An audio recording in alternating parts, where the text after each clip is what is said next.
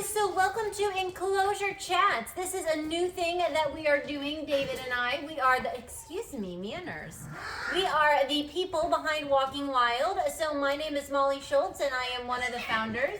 I am David Schulz. I am Molly's husband and the other co-founder. So we are the fox mommy and daddy of Walking Wild Rescue. So these Enclosure Chats are just a fun time for us to share with you some backstory, some funny stories, some information about what it's like to have a fox sanctuary at your home.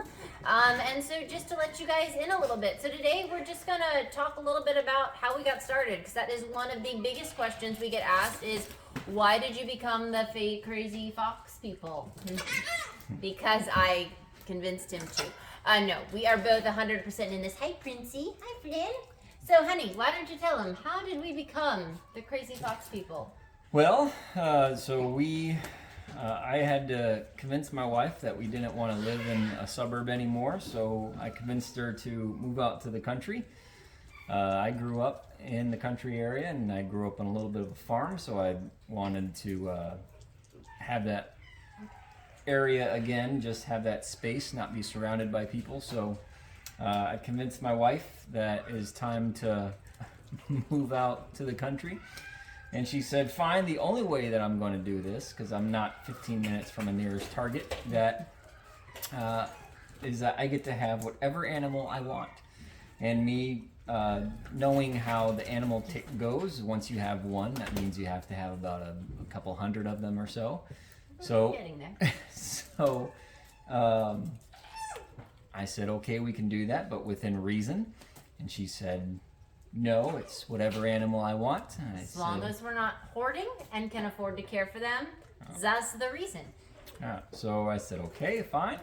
So we found this wonderful place out in middle of nowhere, and had a good amount of land to it. There's a Target 18 minutes away, but it's a sad excuse for a Target, but it's still a Target.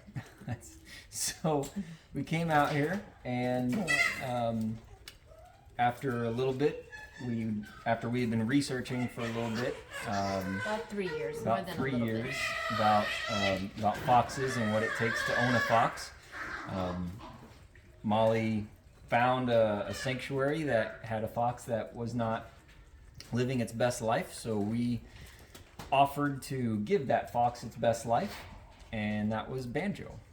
That is how Walking Wild started in a nutshell, was Banjo, and we realized that there was a need in the space for a rescue or a sanctuary to provide a facility and a space that wasn't being provided yet. And so we started talking about, wouldn't it be great to one day do this, to be able to start a fox sanctuary. But I had a job as a head of PR and marketing for a national nonprofit. I lived a lifestyle that didn't include sweatpants and hoodies, except for on lazy nights at home.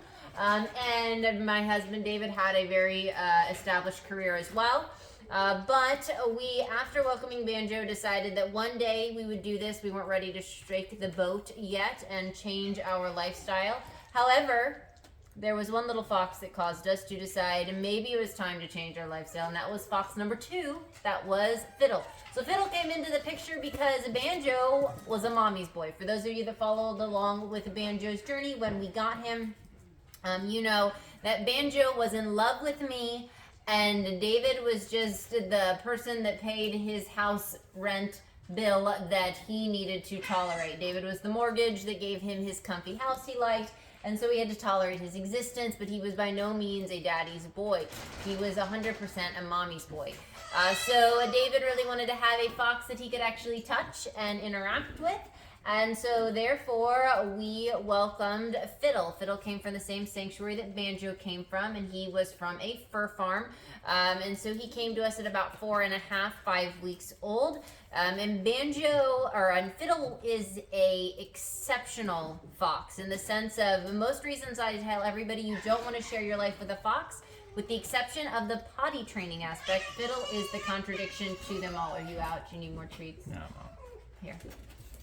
So fiddle is the contradiction to all of those reasons. In fact, out of all 107 foxes that at this very moment call Walking Wild home, there's only one other fox we have that is anything like Fiddle, and that is Zipper. He is Fiddle 2.0. But after we rescued Fiddle, we learned a lot about the fur trade and realized that we needed to put into plan and action, and not just have it be a paperwork pipe dream for someday down the road. So we did everything for Walking Wild on paperwork, and then we got a phone call, and I smiled really pretty at my husband and said, "Can we help?" So we were asked to help in March of 2020. Of course, we all know what happened in March of 2020. Our world all shut down with the pandemic. But a few days after that shutdown, we welcomed our first 5 foxes to help out with a 30 fox seize being carried out by the New York DEC.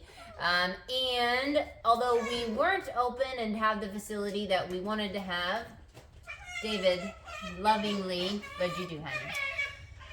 I told Molly that I could build some temporary enclosures, and so I built 3 temporary enclosures that lined our driveway, and we welcomed in Marlin, Buzz and Woody, and Carl and Russell.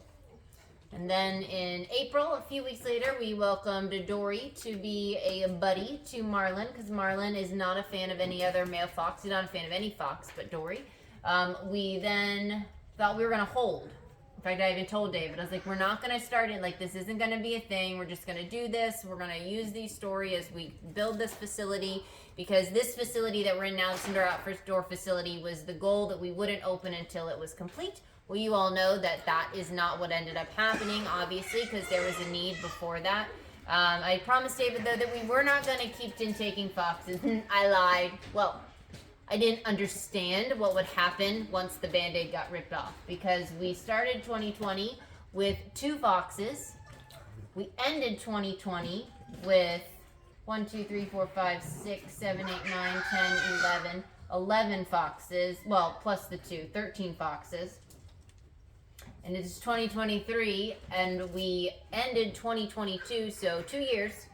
We ended 2022 with 107 foxes. So there is a crazy need out there. There are less than a dozen of us that do this, and once the Band-Aid got ripped off, Zazu, the need just kept growing. This was our first crew of 2021 in here that we are with right now. Good boy, Simba.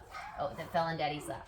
So yeah, that's how we got started. It's a little bit about how this whole journey of Walking Wild began. So we're going to just share more fun things with you. Up next, I think we're going to talk about some of our most exciting stories.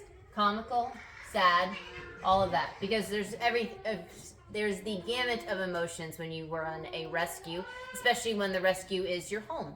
So we will share about the gamut of happy to sad to hysterical and our favorite stories about that next. But we're excited to share this with you guys. We're excited to let you get to know the people behind Walking Wild, since we always share a lot of just these guys, because this is what our mission is. This is what we're all about, right, Zazu? It's Zazu's world. But we are excited to be able to share a little bit about the behind the scenes and what it really is like to run a sanctuary. All right, guys, until next time, we will see you later. Bye, guys. Sorry, Zazu. Didn't mean to bother.